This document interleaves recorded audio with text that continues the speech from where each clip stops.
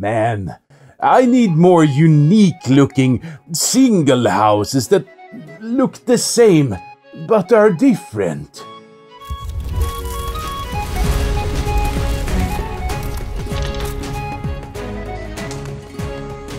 Hi good folks, my name is Leif and I want to welcome you to my channel called Devs and Dice, where I paint miniatures or craft awesome terrain for the tabletop. In this video, I'm going to make a unique looking building for Mordheim that has a similar visual style as my other buildings, but offers something more, both from a visual and a game design point of view. So enough of me yapping, let's get crafting. Alright, so let's start with the base. Mine will be from the back side of a picture frame that unfortunately fell to the floor.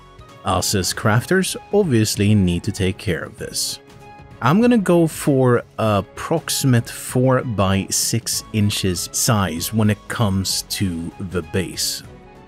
When it comes to the walls and such, I opted to use some thicker cardstock, which I've used before. Here I simply draw out some 2 inches high walls, which I then score and fold to get a nice crease that will work as our corners. Now for the bottom floor, I decided that majority of the walls will be standing, and this is mostly so that I can build upon it. So I cut some more walls. Problem now is, how do I attach them? Well, as I've shown before, using masking tape works perfect to make another one of those hinge-like constructions. And doing some dry fitting, I could see that it worked quite nice. Now, here comes a little thing that I think I got inspired because we were quite recently doing some kitchen renovations as well at home, and I think I got inspired by the wood floor there. And also, I have a bunch of offcuts of these coffee stir sticks, so I decided to just, since I could access it easily, I would do a much more elaborate bottom floor flooring. Once the white glue was dried, I could easily just snip off the edges to make sure that it was nice and flush.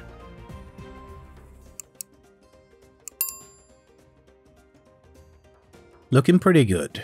Now, as usual, I like to mark out where my entrance will be and also my windows. Sir Scale-A-Lot made a comeback and I'm using him quite often just to make sure all of the heights are correct.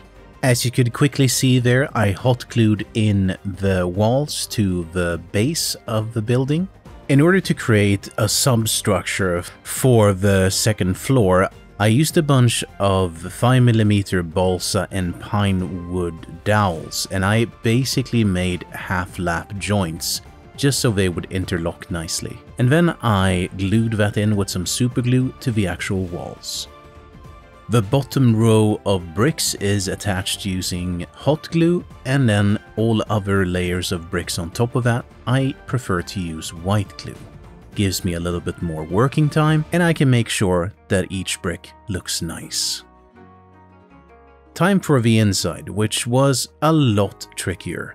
Obviously, I could use white glue from the start, and getting my hands in there was quite tricky, but with the use of some tweezers, it was manageable. Now for the top floor, I sketched out the layout of that floor, which room would be where. And then I started defining where the floors would be by gluing in some coffee stir sticks bit by bit. And for this I used white glue, which is my preferred way when working with wood. I want to take this opportunity and thank my patrons for their support. And a special shout out goes out to my champion and legend level patrons: AKsen27, Andreas Winberg, Arjen Angenent, Bo Ahlgren, Jason Chastain, Lawrence Davis, Linus Bergefur, Madners, Magnus Solberg, Battlecorgi the 7th, Lyander, Marc-Antoine Laramie, Niklas Swedenlind, and Oliver Granlund. You're awesome. Now I got some new cutters which are actually very sharp, and I use them there for cutting the end of the timber bits. Now I'm gonna use some stick glue to just attach some plans that I made for the second floor. These are quite simple, and I'm just gonna try to use the same hinge techniques as I've used for quite some time now. Once the shape is cut, I dry fit it first to make sure that it will fit properly, and then I use hot glue to glue it down onto the flooring. Here it really pays off to take your time and make sure that everything gets correct the first time.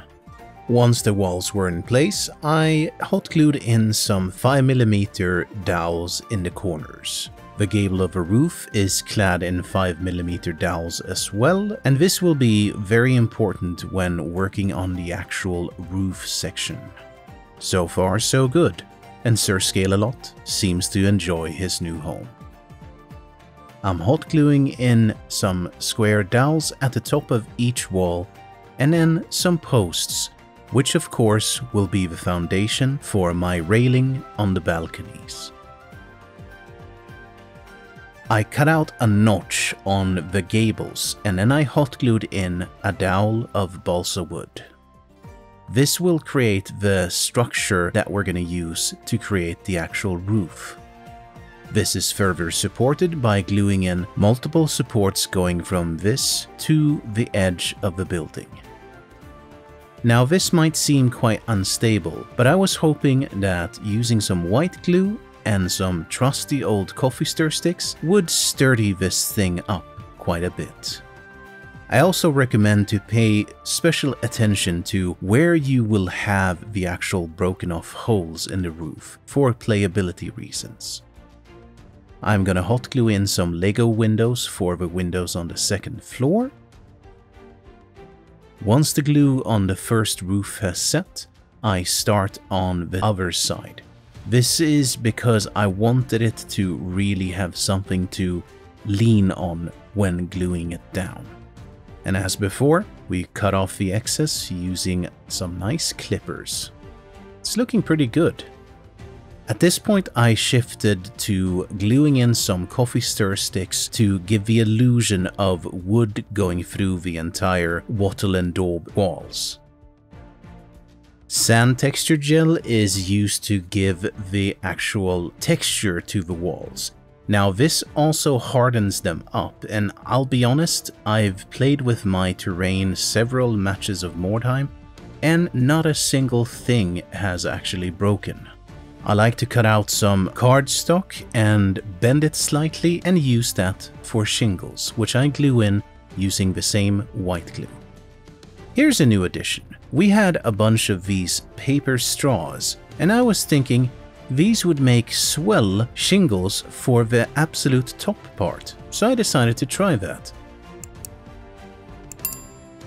And lo and behold, worked perfectly. These I just add going from the center and then outwards. At this point, the building is looking quite nice, but I decided to introduce some more damage and destruction, just so I could make it look a little bit more Mordheim. I added some printed tops for the posts, and then I found in my bits bin a nice sign which indicates very much that this used to be a tavern.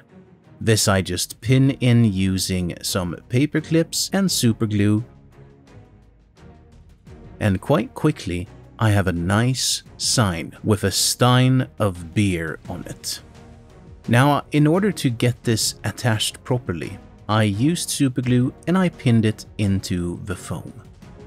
Another aspect that happened after the fact, I figured was that people would have put some barrels and crates there to easily get up to the second floor. I found some shields and I decided to glue them in, along with some rubble here and there. Now I can't have this building without a secret sort of sniping location. I do love playing Reichlanders after all.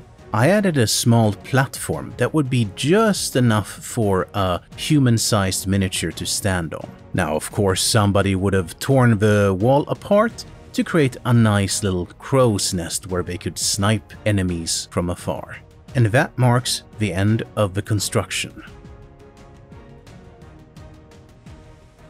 And the beginning of painting, which I will start by priming the entire thing using Vallejo black primer through my airbrush.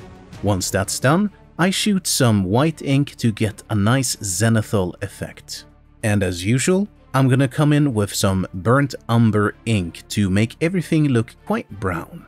The first paint I use is dark gray, which I stipple on all of the different bricks. Then a little bit of light gray to use as a dry brush, the start of the light definition. Here I'm painting the actual stucco, and I like to use a light brown paint, which I then wet blend in some ivory into. That creates a nice dimension to it, I feel. Dark sea blue is my go-to paint when it comes to the shingle colors, which I then dry brush with the same light gray. All of the different metallic parts, such as the window frames, are painted using some silver. Here I'm coming in on a first pass of Army Painter's Strong Tone, just to grime things up a little bit. I do this every once in a while just to make sure that I'm heading in the right direction from a paint scheme point of view. Some additional metallic details on the actual shields and top of the posts. Some corrosion texture is used on the window frames and on the cap of the posts. Now, it wouldn't be a Devs and Dice build if I didn't use some of my posters. I've seen quite a lot of people use these posters, which makes me very happy. Links are in the description if you're ever wondering where to get them.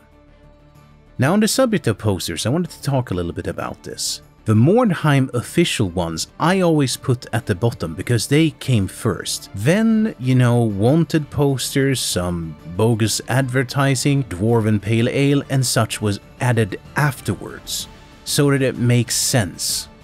A lot of my building process is doing things in a chronological order. I find it easy to imagine that I was there and then I just take it step by step. The second part of this is to add the graffiti, which obviously came after all of the posters. My graffiti usually is a mixture of words and different symbols that have meaning for Mordheim. I also found some of these glass bottles and then some blood for the blood god to grime up the piece, making it look like it's been used in battle.